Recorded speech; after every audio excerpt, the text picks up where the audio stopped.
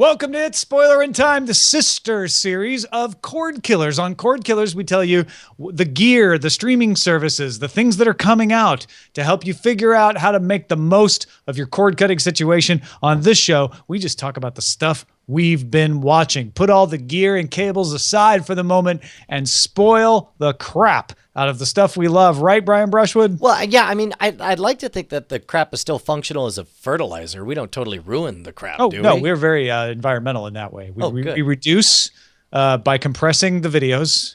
We reuse by sharing them with others. Keep going, we keep recycle going. the crap.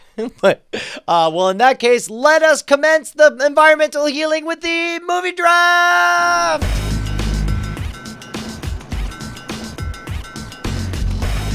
Jackie Hearn's like, that's a spoiler for The Martian. Maybe. Yeah, so summer movie draft is in full swing. Chainsaw Suit's big attempt to get back in the race was Teenage Mutant Ninja Turtles Out of the Shadows, which made $35 million last week. Not too shabby, but not the opposite of shabby enough. Okay, well, for the record, like, headlines say Teenage Mutant Ninja Turtles is the most underperforming movie debut in of the year. Yeah, basically, so, it's pretty bad. Yeah, it's close to shabby, is what you're saying. Well, here, I'm gonna go to boxofficemojo.com and see. You have a prediction as to their headline here? Look, they made more than Mother's Day. It says here, Ninja Turtles 2 opens number 1 with a soft 35 million. Yeah, see, it opened number 1. That's why I say not too shabby. I see. Okay, fair enough. It's not a failure. It's not a flop. I'll tell you this much. Definitely underperforming. It definitely is the nail in the coffin for Team Chainsaw Suit. I think they're in second place in front of me, though, which that just annoys me. Like, you're dead man walking, Chainsaw Suit. Yeah, no disrespect. Exactly, right? Okay, so they're at $450 million. And pretty much Teenage Mutant Ninja Turtles is going to make $20 more, and that's it. And then Out of the Shadows, Central Intelligence is their other movie. Correct. Out of the Shadows, Central Intelligence, you're going to crush them because you're only, 35 million behind. And you have Free State of Jones, Now You See Me Too, Star Trek Beyond, and Suicide Squad. Something tells me you're going to do A-OK. I hope so. I feel good about Suicide Squad. I have to be honest. I don't know why, but I do. Star Trek Beyond is the one that could sink me. I think you live or die based on Star Trek Beyond. And I'd hate to say it, Tom. If I was a betting man, guess what? I'm a betting man. I would bet that Star Trek Beyond is going to take a Star Trek Beyond dump. That's a new thing. Wow. Do you have a way with words? Such a turn of phrase. A beyump. Because Beyond ends in D and Dump begins with D, so it's perfect. I don't know. God, that's what keeps me up at night. That's my Chainsaw Suit nightmare. My night attack mare. So here's the thing. I actually do think you're going to win, but if Night Attack has a chance, then Star Trek Beyond has to do very, very poorly. Because I think you're expecting for Ghostbusters. I think Ghostbusters will do better than you think it does, and I think Secret Life of Pets is your golden boy right there. I'll tell you what. If both of them do 200 million-ish, then we win. But if one of them fails, then we lose. Well, look, what we all can agree on is the fact that coming out this weekend, we got 3 movies from 3 different teams. Warcraft for Team Cordkillers, which, by the way, $116 million for X-Men Apocalypse, so let's not count them fully out. We Have Concerns has The Conjuring 2, and, of course, the movie of the summer, Now You See Me Too. Everyone has to go. Just buy your tickets right now, folks. See, you know how to get me, Tom. It's like a movie all about magicians looking badass, doing magic-y stuff. Come on. Tell me I'm not going to be... you know what? I agree. Movie of the summer. Fine. Yeah. Go make it a crazy hit at $9 that DT&S paid for it. So, yes, best of luck. I think Warcraft will do okay for Cordkillers. They're still in it, though, with Independence Day, Legend of Tarzan, and The Purge, right? But I think what we're looking at is X-Men needed to be like 200 million by now, probably, to give them a real shot. So, agreed. Fingers crossed. Maybe they'll have some overperforming from one of these other movies. I don't see how. Well, I'm just trying to be nice. All right, let's start spoiling some stuff. We were out last week because Brian and I both decided to take the Memorial Day holiday off. And so thank you for letting us do that, bosses. We got 2 episodes of Game of Thrones to talk about here, Brian. Yeah, man. Okay, so help me remember what happened last week, because I remember last week being good, but not as good as this week.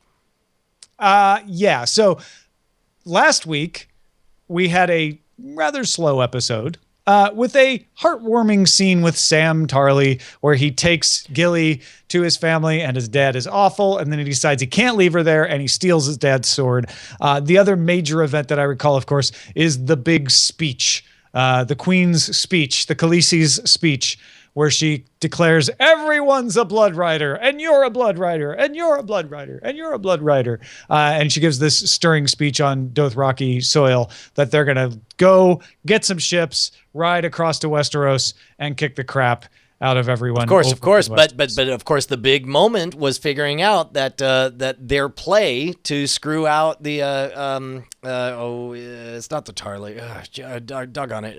Tyrells. The Tyrells is to basically make Westeros a theocracy and embrace the High Sparrow and the Faith, which was fascinating. I think that's I fascinating. found that scene disappointing. Really? Yeah, because here comes Jaime. And we had the funny scene with Mr. Tyrell giving a stirring speech that everybody's kind of rolling their eyes at. I thought that was a great setup. Then we get to the steps and you see Bernie Sanders up there saying, Marjorie's got to make her walk of shame. Get out of my way. And Jaime says, nope, we're not moving because this is it. You're done. We're not allowing this anymore. And the Sparrow just says, well, guess what? She doesn't have to make her walk of shame after all. And I just felt like that was a bait and switch. I didn't buy it. Yeah, well, I mean, first of all, it would have been disappointing had they done it again because we've already gotten that set piece. We've already had that experience, right? And so it made sense that they would go a different way. And I think it was a big surprise because it was a political surprise that was set up far, far in advance. I didn't mind it. I didn't feel if she wasn't going to have to make the Walk of Fame, he wouldn't have been out there setting it up the way he did. No, I feel like all of this, where the king. I just didn't buy it. It just didn't. didn't play like he knew what he was doing. Oh no! I agree. He doesn't know what he's doing. But he's being played. But Marjorie played along. Marjorie knows what she's doing. He's doing whatever anyone tells him to do. The fact that Marjorie played along was electrifying to me because that girl knows how to play the game. But he didn't know that she would play along if he changed. I don't know. It just something stunk about that scene. They even say she brought another into the fold. It was very clearly arranged between her and the High Sparrow. Yeah, but then it only all of a sudden it wasn't arranged until right that moment, but suddenly it was arranged. Wait, are you assuming that the last scene we saw with them was only minutes before they walked out? I'm saying within the same scene, Bernie Sanders is up there saying, nope, she's got to make the walk. There's no other way. She makes the walk. And then all of a sudden, when Jaime says, well, we're not going to let it happen, he goes, guess what? She doesn't have to make the walk after all because we had a previously existing arrangement. Tom, have you never watched professional wrestling? I mean, this is, that was all pro wrestling stuff. That was all perfect. It was all, I didn't mind it one bit. I thought it was totally fine.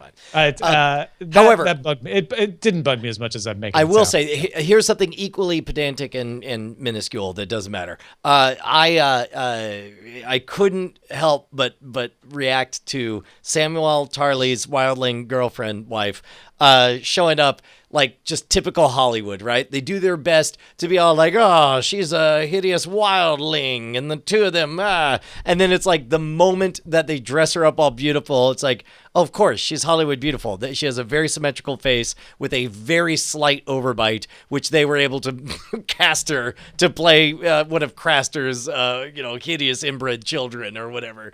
I don't know. But I thought she was lovely. I thought the story was lovely. I don't know. I'm more interested in Samuel Tarley's story than I've ever been at this point. And then this most recent episode, we get all the greatest hits of the past, starting out with the Hound and the guy who's going to be in American Gods, who doesn't make it through the episode, but it was kind of fun to see him in Game of Thrones. Ian McShane. Ian right? McShane. Yeah. No. He shows up. Of course, you're like, oh my God, it's Swearingen from Deadwood. This is amazing. And of course, he plays such a very different character. He's filled with joy and positivity, and he's put old stuff on. He's not ignorant of the difficulties of the world, but he clearly has this positive outlook and just wants to share his joy. And of course, gets hanged. I loved the actor they cast for the Bear Island. I can't remember the House Mormont. The chick, that oh little my girl. gosh, she's so good. She was amazing. That scene was amazing. And in fact, I think you and I spoke very, very briefly about the whole like recruiting arc that they did. Traditionally these things are told in threes, but we kind of felt like, well, it was unbalanced because they only had the two. We didn't even remember there was the Wildling vote, there was the Mormont vote, and then there was who did she have trouble with? Was it the Blackfish? No. No. The Blackfish is the River Run folks. Yeah. Yeah, those the guys. other ones. Whatever. House Glovers. big Glovers. and dark. The Glovers, that's right, because they had Glovers. the mailed Yeah, the fist. Crispin Glovers, right. Yeah, Crispin Glover. But I think what happened was that young actress so far she stole the scene that we didn't even remember the giant standing up saying snow. Like somehow we managed to forget our previous favorite color character, and immediately suddenly we're watching a 12-year-old girl kick ass. And then, of course, Jamie showing up at River Run and gets to be in charge again and throw his weight around and uses his gold hand to punch somebody. That was pretty awesome. It was great. And the Blackfish has got nothing but more grizzled in the time spent and is like, you had a job, Jamie, which was to get Sansa and Arya back. You got Sansa and Arya? Like, I don't forget this stuff. And I will let everyone in here die and this castle burn before I let it go. Sorry. Yeah, that was pretty good. Hey, by the way, number of people here in this room that were fooled by Arya getting stabbed? Like, we think that Arya is dead? Anyone? No, nobody thinks Arya is dead, but what are you trying to say? I don't know. I saw it coming. Like, the second she got on the bridge, yeah, and it was like, oh, she's going to have a happy... Nope. I could see from when you saw the old lady out of focus in the shot. I was like, that's gonna be it. Oh yeah, no, I could tell that's who was coming. I thought maybe Brian was going a little deeper. No. with this. No. I'm just saying that it's weird that we've sniffed out this convention of like they're not even trying to convince us that she's dead, or even they're just fake half worrying us. Here's that she might be dead. the theory I thought you were alluding to. Okay, go on. And I did not think of this when I was watching it at all. I got this secondhand from Veronica Belmont earlier today. The theory is that Jaqen Hagar has changed his face to Arya. And that's why he has all the money. Oh. And if you notice, she doesn't have Needle. And that he lures the other girl into killing her. And he had promised Arya that he would kill 3 people for her, and he's only killed 2. And the last person that she asked him to kill was himself. Jaqen Hagar, yeah. And he put it off, and that this is him fulfilling that oath by taking taking the order and saying, yes, you killed Arya now because I was Arya. But he also catches that girl disobeying because he had said, make it painless, and she didn't. I mean... And she didn't even finish the job. She thought she did, right? The only... Okay. Yes, all of that fits. Also, all of that is unnecessary, except for the part where you said he promised to kill 3 people and he gave names and so on. But then that's a little bit, I don't know. I think it's unnecessary. I think you could lose all that and still have the story progress very linearly. And I think we're fine. She actually did get stabbed. Because I assume that she knows how to steal by now very, very well. So it's not a surprise to see she has money. She knows how to carry herself, and she knows how to get around without Needle. I agree with you. Like, those are all just supporting details. They're like, oh, okay, she could have stole it. That's a little easier to believe that Jaqen just had it, though. But it's not. None of that's conclusive except for the very persuasive elements of she didn't have Needle, and he is the last person that he is supposed to kill for her. So I don't know. I'm pretty persuaded by it though, because the other option is that she did get stabbed, and maybe she goes to someone else. Maybe Syrio shows back up. I don't know. And she is recuperated and heads back to Westeros. At which point, I'm wondering why we had her stabbed at all. That's the problem, right? Is what do we get out of this? Because what we had, let's say absent that theory, what we have is a girl who realizes that she doesn't want to serve the faceless god, but knows a significant number of their secrets. She is a trained assassin, and she also has a list of people who needs to be assassinated. That's a very nice box that we have everything in. If we start adding in the story and all that other stuff, we don't, just a bunch of elements we don't need, all just to get to the point of, because keep in mind, also Jake and Hagar isn't her trainer in the books, it's someone else. So, I don't know. I'm happy enough with the way it's presented. I don't feel like something's lacking that is more satisfying when we have the Arya theory thrown in there. But that's just me. And I think if there is if the Jaqen Hagar theory is true, then that will wind up the many-faced god temple story for me well. Like, it'll give us a chance for closure there. Where right now it does feel a little bit like, okay, she learned some assassin stuff, but she didn't really finish. So I feel like there's still another step to come there. Well, okay, so tell me this. Could that last step, let's say everything is not part of a big theory. Let's say that the next episode we have a face-off between Arya and the waif, and then Arya wins, and Jake and Hagar says, I told her to kill you, and she failed, and, well, I hope you have a good time, and you're not serving the many-faced gods, but, you were pretty darn good, tip of the hat. Like I think that would be enough of a button on this story. Not for me. That would feel a little weak. I don't know. Something. I think she would need to, I guess the other theory I heard is that she will meet back up with Syrio, and he will finish her training. And I'm like, okay, maybe that would work. I don't see any need at all of that. Everything we've discussed for the last 5 minutes seems very un-Game of Thronesy to me. Either having that precious tie-up ending or having characters come back and all that. Like, none of this feels very Game of Thrones. I think Syrio coming back feels Game of Thrones because characters do actually revolve. To be honest, I stand corrected because of course we just saw that with the Hound. Which, by the way, I loved. I thought that was a great way to bring back the Hound. It was exactly the right surprise. We all assumed he was dead. Wait, what's that? Was this week the only week of Game of Thrones to have a cold open? No, they've all had cold opens. It's pretty unusual though. I we watched noticed it and I thought too. There should be a theme. The theme should be happening right now because it always. That's weird. Yeah. I always thought it never had a cold open. No, I think there's almost always something before the credits. Wait, people are saying, Knots is saying cold opens are fairly rare. Yeah. But I had certainly seen one before. This isn't the first at all. Wait, the second? Hold on. This is the second. Toilet Bug is saying this is the second cold open ever? Oh, he says the second this season. I know we did a Night King one, right. one time. Well, they do cold opens. Yeah, they do them sometimes. We don't know that Syrio. Everybody's like, Syrio's dead.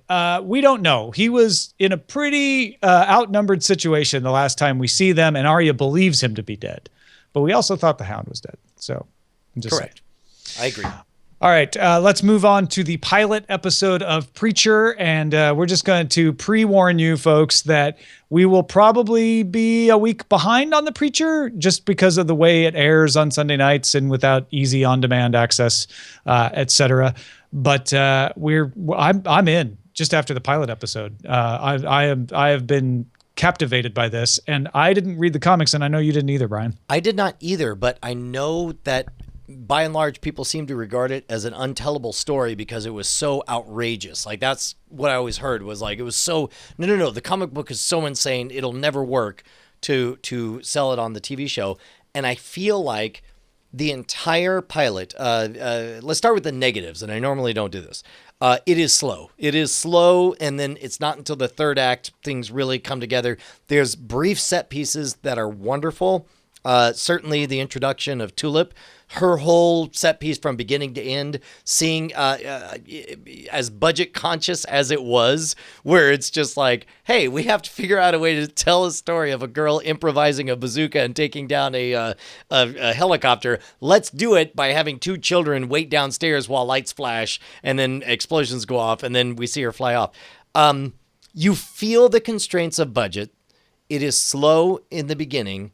But what they do is extraordinary in terms of inoculating you for outrageous stuff by setting everything up just silly enough in terms of pacing, just silly enough in terms of certainly the opening scene with film grain, and it just says outer space, and you have cheesy 1950s sci-fi music playing, and you have intentionally bad miniatures or at least, computer graphics made to look like miniatures and so on. And it gets you to this point where it's like, okay, this is insanity. Maybe this is a dream sequence or whatever. And then instead it just tells the story. And every time you let your guard down, a body explodes cartoonishly so that you have to go like, oh yes, no, everything's insane in this world. Stop thinking in terms of reality. I thought, I'm not ashamed to admit that I didn't get until the last 10 minutes that Cassidy was a vampire. And once I realized that, I was like, oh, no, that's why he was on the plane. And then he freaked out when he saw that they were headed into the sunlight. They're all like, oh, why are you headed towards the sunrise? I love everything about where we ended up. I thought the last 20 minutes was some of the most compelling television I've seen all year. Yeah, and I didn't find it slow. I found it interestingly paced, though, where because of what you're saying, where every time I thought I knew what I was watching, it would change. And lots of things are still unexplained. Like, who are the two guys who keep dressing in town-appropriate costumes wherever they go to investigate this thing? What is the force that keeps trying to possess these people and then they explode and yet doesn't seem to work on Jesse because it possesses him and he doesn't explode? And why is that? I thought they did a fantastic job of setting up a ridiculous number of characters and plot questions that I'm interested in one episode. Well, and that was the moment when he gets up and he announces, he's like, yeah, I'm going to quit.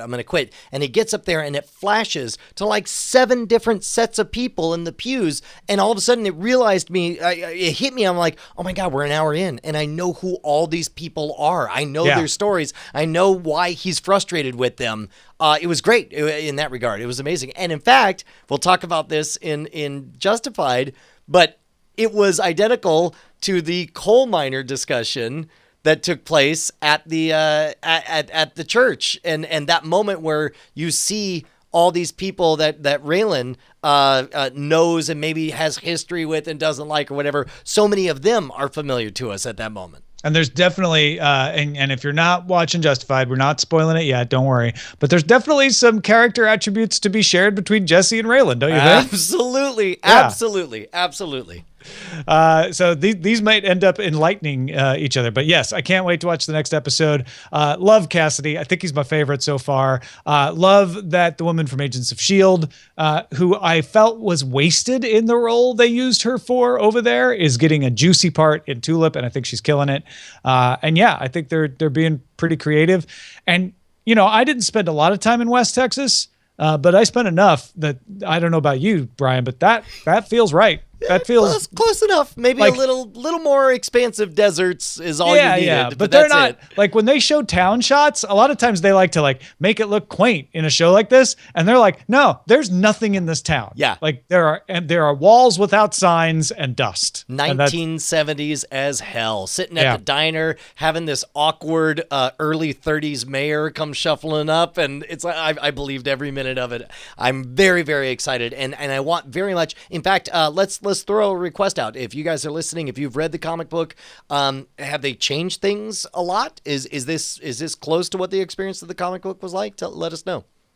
All right, let's move on quickly to Daredevil, which you're still plowing through season 2 of. Did you figure out it's episodes 6 through 9, or did you get farther? Let's just say it's we are now in the third group. So we talked about being in the first arc with the Punisher, and then the Punisher goes off to jail, and then we kind of revisit. We see the Punisher a little bit in the background. It's mainly the Elektra arc. Now we're into the trial with the Punisher, him going to prison and encountering the Kingpin. Which was great, and getting a little bit of flashback of what it was like for the Kingpin to find himself in the joint. We get the incredible fight scene with the Punisher that I have to assume intentionally parallels aspects of that brutal first season scene where it's just fisticuffs and this brutal slog as Daredevil makes it down the hallway. We see the same thing with the Punisher. And I got to tell you, man, at this point, I'm loving the show. Every moment it's Kingpin and Punisher, I'm electrified. I'm tolerant when it's Foggy and Daredevil. And I'm asleep when Elektra's on. Like, there's just, for whatever reason, the character Elektra, the backstory, all of this, there's nothing there for me. That's and it's so weird. Yeah. I loved Elektra. No kidding. Yeah. I just thought I ate up every scene she was in. I don't know why, though. I can't explain it. But I thought Punisher was great. I absolutely agree with you there. Probably my favorite of the villains of the piece, right? But yeah, I still thought Elektra came in. I was sad that Punisher was going away, and when they brought Elektra in, I was like, this is great. I was very excited when Kingpin came back on, but I felt like, oh, okay, so we're not really going to get to use him much. Like, he's gonna come and go. Well, and did he? I mean, I thought we spent a solid 2 hours with him and his situation and his plans, and he clearly set up like, hey man, you gonna chill out here. It feels like a setup for a third season, though. Like, yeah. I think I was just getting greedy for some Kingpin. Oh yeah, no. I was very thankful to have even as much Kingpin as we got. I thought that was really, really good. Cool. All right, shall we move on to Justified then? To do so would be appropriate. That would be something that we could make a case for. So let's do it. So 207 and 208 of Justified. 207 started out with me going, oh, I'm so bored.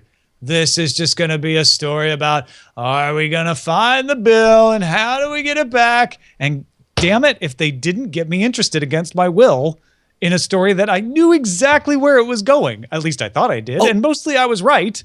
But they did enough to keep me interested, and bringing in Boyd, like being the bodyguard for the mining lady, having just, bringing back the judge who's a little bit erratic, and you just kind of never know whether he's going to pop up. And then a shootout scene at the end. I ended up really enjoying it. It was classic Hitchcockian suspense, right? And the stakes got amplified the moment she opens up her bag and reveals the fact, because you're right. I was like, oh, geez, this bill, who cares? It's one bill. And all of a sudden I realized this is a trap they laid for us for 2 or 3 episodes. They've had us all thinking it's one bill. And then all of a sudden you see that money, you're like, oh dear. And they try to do what's right, but it was almost comical how stopped at every turn they got. It's like, no, you can't wait. You have to give that to me now and do this now. And then, right up to the bomb squad about to open and discover the money inside. And then they call off the whole thing. There was a great moment when all of a sudden it's as though Raylan was distracted, thinking this was a Hitchcock suspense exercise, and then suddenly remembered, oh, wait, my job is to save lives. And all of a sudden he stops caring for 1 second about the money and instead goes out and gets his cop's instincts into gear and ends up finding out, about the sniper and all that stuff. And even when his boss finds him in the cage with no rational explanation why he should be down there, he just doesn't lie. He's like, yep, no, he's not here. And all of a sudden we have now left the door open we're no longer caring about the bill, right? What we're now caring about is, does he know that Raylan did something? Does he think it's worse than it was? And will Raylan get busted for it? Well, that to me I adored the ending for that reason, because everything felt so high stakes. And in the end, they lose. They might as well have just walked in and handed the money to his boss. And they lose in such a quiet, unassuming manner. Right. It's like, for all of the intense moments, and it was like, this episode was actually physically unpleasant for me at times. I was sorely tempted to just skip because I didn't like the tension. It was unpleasant, although it was fascinating. And to have ultimately them, quote unquote, pulled it off, or almost pulled it off, and then it just ends up, they're there and you hear the ding of the elevator and out walks this boss, and you're like, all that for this, huh? But then the genius was that they didn't get caught. I mean, right? Like, they're now in what is almost worse than getting caught, which is like he has to know. I know he knows. Well, when is he going to do something about it? The trust is broken. Yeah. Like they had a chance to become whole and fix it, and they lost it, right? Yeah. Which leads us into the second episode. I love the fact that it's like Raylan clearly is deeply, deeply disturbed. I thought it was a little abrupt to just be like, he's hungover now, but it's also not out of character, so it didn't run. It confused me a little bit at first. Well, I'm like, wait, why is he hungover? Like, do we know this? Is this? Oh, well, we watched it. We watched him drinking and trespassing and hitting the balls out of the park in the batting cages. Yeah, and then the next morning, it was a bit of a jump. Like, really, he's just hitting. I've drank in a batting cage and not been fully hungover. And I'll tell you what. If like I had no problem following that leap. I imagined being Raylan, somebody who largely considers himself to be very, very appropriate at all times and on the right side of the law, and to know for a fact that I had compromised that for my girl, and now I was in a duplicitous situation, and I had betrayed my boss, and he knows it because we looked each other in the eye. I can absolutely imagine just wanting... But that's not what this episode was about. No. But that's what it opened with. Because then suddenly we're off and running with, I have to do Boyd's job and I have to cooperate with Boyd. And there is, I think, a stronger element of what you're talking about was him looking at Boyd and saying, oh, crap, I'm not justified anymore either, right? Like, am I moving? And they had that conversation about sometimes I'm on your side and sometimes I'm not. I've had your back before, and then other times I don't. And he talks about how Boyd tried to kill him and he shot Boyd. And it's like, yeah, those lines are even more blurred now because Raylan's on the wrong side of the law. Yeah, well, and that's just it, is now there's kind of a fascinating yin and yang balance where it's like we've muddied up Raylan's character just enough, not in any substantial way. We still know where his heart lies. Boyd, we started off as somebody who's clearly damned, but we've cleaned him up just enough to make him interesting. And certainly, every scene the two of them are in are electric, but none of it compares to how much I loved the whole speech scene when all of a sudden the episode became a referendum on what it means to to sign away mining rights to your land to poor people, because the folks who are still there are the ones who didn't get rich last time some city slicker came in and promised them tons of money for signing a piece of paper. I know it was a smaller bit of the scene, but I love it when she tries to pull Raylan in and he's like, all right, fine, I'll tell you what I think, and it just shows that like he's got his opinions. He may not always express them, but since she made him, he's going to, and it's not going to support her. Well, exactly. She tried to use him as a prop, and he was just like, "Oh, is this what we're doing? All right, well, let me tell some truth on you now." Same thing, and I love the fact that Boyd stepped up and told the other side, and both sides were fascinating. Loved seeing the makeup of all these folks who, it seemed small town as hell, Tom. Like, I believed it. I believe in that small town, people would fist fight. Somebody would assault a federal officer one day and the next day mock him from the town hall meeting that they both have to attend the next day. Maybe I was just from the wrong family, or maybe it's because it's not close enough to the mining country in the north part of Bond County. But small town I'm from never had those meetings. Every time I see those things on TV, I'm like, does that really happen? But I'm sure it does. Take it from somebody who's been to a couple of school board meetings. And I've been to stuff like that too. So I guess it's kind of like that. But it's always in some really sterile. Like they had a nice little county courthouse there. It was a nice little set that they were in. And yeah, her pitch didn't go down, but I don't think it needed to. I don't think she really was going to get killed. Do you? Who? The mining lady. Well, she's way too interesting. She's the most interesting new character on the show. So I certainly hope she doesn't get killed. Well, and they're smart enough to know that if they kill her, the mining company gets angry, sends more people. If they scare her, then maybe she backs off and they get some leverage against her. Yeah, I guess it never occurred to me that she was gonna die. I just assumed that I don't know, stuff would work out in that regard. And I was waiting for the shoe to drop on her flirtiness with Raylan. I think he was just too hungover to really fight it off. To respond. I think that's going to still come. I very much enjoyed the unrepentant way that Ava just shoots whatever raccoon is in that bag or whatever. Like I just was ready to see her shoot those boys. Yeah. But yeah, I accepted the painful pet loss as a surrogate sacrifice. All right. Well, that is it for Spoiler in Time. Thanks for sticking around and letting us double spoil this week. 2 weeks at a time. We'll be back on our regular schedule next week. And that's when we'll spoil you. Accurate.